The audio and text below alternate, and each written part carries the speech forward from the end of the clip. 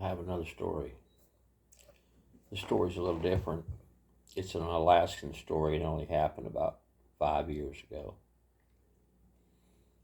I'd been trapping up in Alaska for probably 15, 16 years, something at that time. And I've thought about it a couple of times, and I figure I caught about 600 pine marten in those years. And, lynx, and I caught a couple of wolves, but I'd never caught a wolverine. But at that time.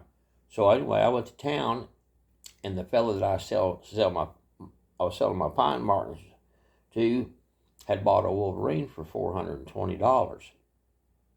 It was a big one, big nice one, And I thought, I always wanted to catch a wolverine. So I started trying to catch one. Well, actually it didn't take that too long, and I caught one, and it weighed 28 pounds. And I had a kid with me, and I said, just shuffle your feet right through here and make a little trail. We had some bait.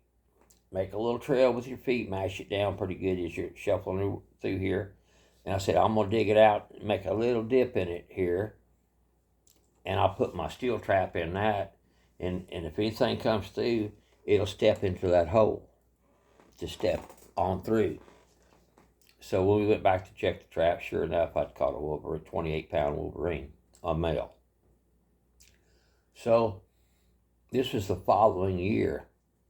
And I'd watched an old boy in northern Canada, and he caught quite a few wolverines, and he showed a trick how he would take and put and stack brush all the way across your snow machine trail, and you do it in a brushy spot also, so the animals would have to go a long ways to go around to get back on the road again. And animals are just like most human beings; they're pretty lazy when it comes right down to it, and they don't want to leave the trail, and especially in deep snow, and have to go quite a ways off the trail. So I'd set a post, or I showed how you set a post, tie a snare onto this post, and make you a loop. Get you a chin stick to put under your loop, and then bring your brush in. You can set two snares off of that one post and set the post in the middle, or you can set the post to the side, and set one snare. And I'd like to get some slick sticks for the last two that goes in an angle down, and then real close to the snare on each side, but leave that hole open, and then stack the brush up and block the trail off. I had done that at a spot, and then on down past it about 7,500 yards, I'd had some bait, and I'd set a couple other traps, 3 or 4, something like, 4 or 5. Anyway, I had some more traps down there, and I caught a wolverine down there, but it had twisted and got off. I didn't have it very good, and actually that was before I caught the 28-pounder. So anyway, when you're out like that, it's something else. I mean, it's unbelievable how, to be out in the Alaska wilderness is 0, 10 below 0, 15 below, by yourself, miles from home. There was the fellow that I sold those pine marten to, he would always say, be careful out there. And I don't know how many times I heard that repeated in my head. Especially when I'd almost hurt myself, I thought, man, that was stupid, or, I better learn to do better than that this next time, whatever the situation was,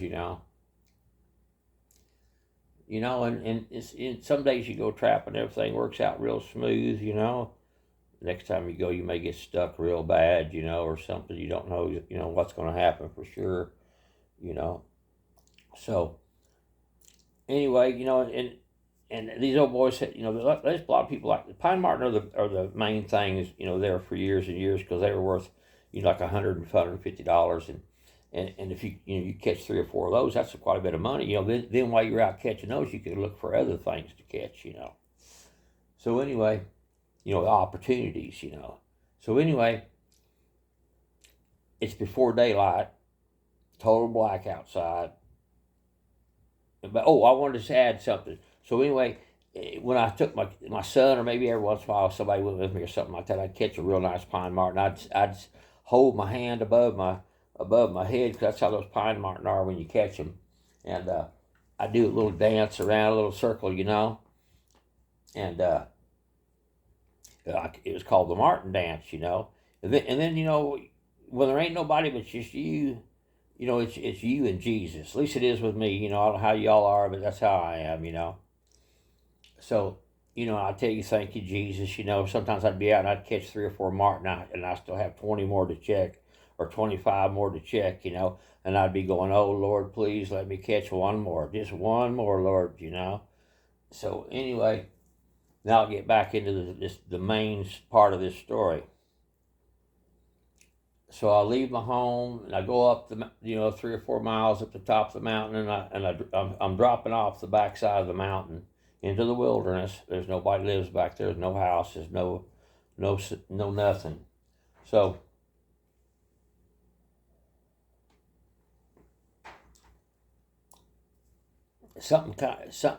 all of a sudden I got to thinking that the Lord had asked me, or Jesus, Well, when I say Lord, I always mean Jesus.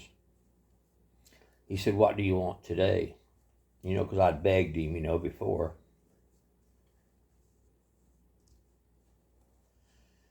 And I thought in my mind, I don't want anything. It was pretty cold out. I said, all I want was to not have too much trouble and to make it home.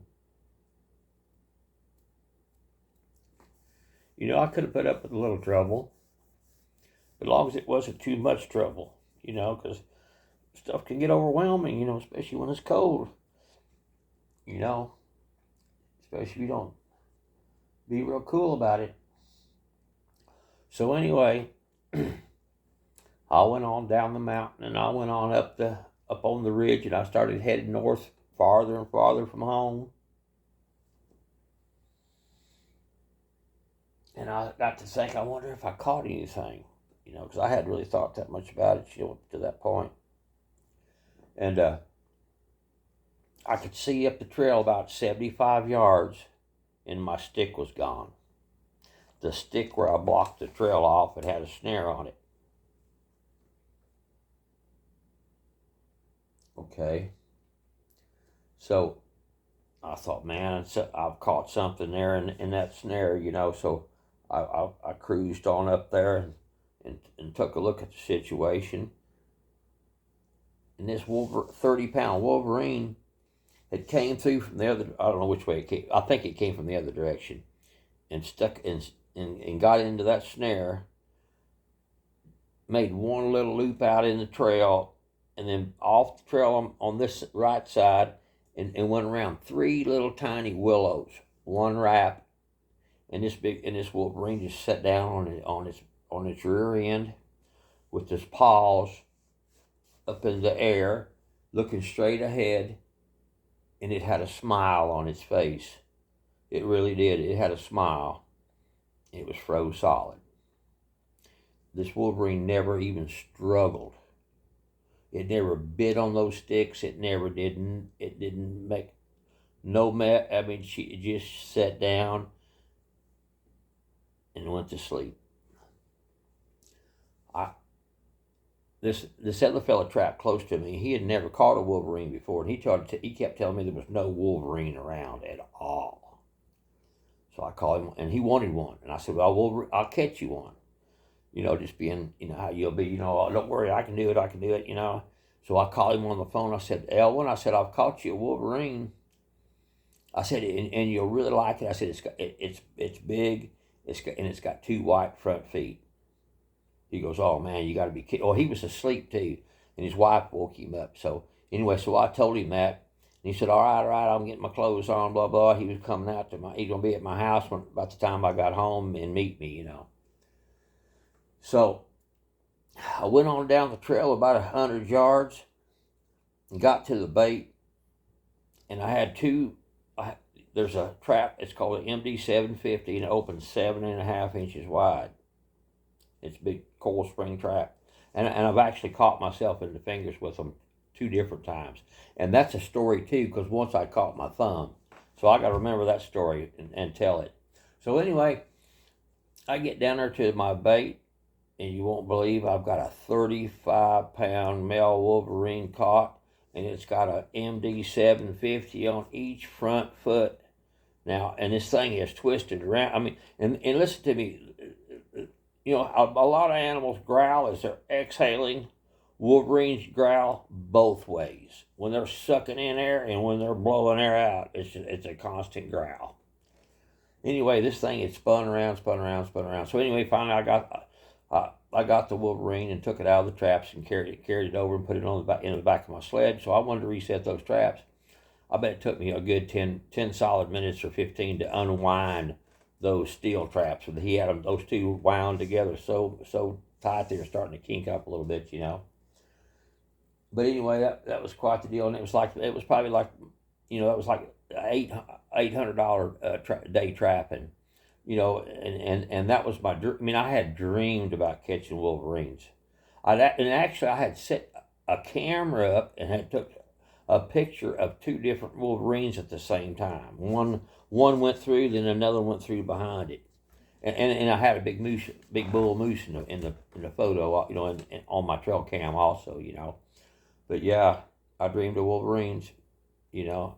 Jesus asked me what I wanted. I said nothing, just get home safely without too much trouble.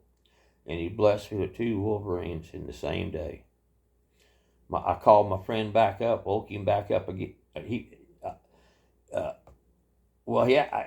don't think he really got around yet. I think he really was still yet in the bed, just kind of waking up or whatever. And because it didn't take me like, you know, 2 minutes to drive 100 yards. And I called him back up and I said, Elwin, I said, you won't believe it, I've caught another wolverine. And I said, it's a big one. Later he told me, he said, I thought I was dreaming.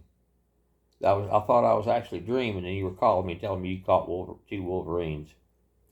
You know, that was 65 pounds of wolverine I brought home that day. Yep. It was a good trapping day, and I was really proud of it, you know. So anyway, that's my story, but I got more. So hang in there and check it out.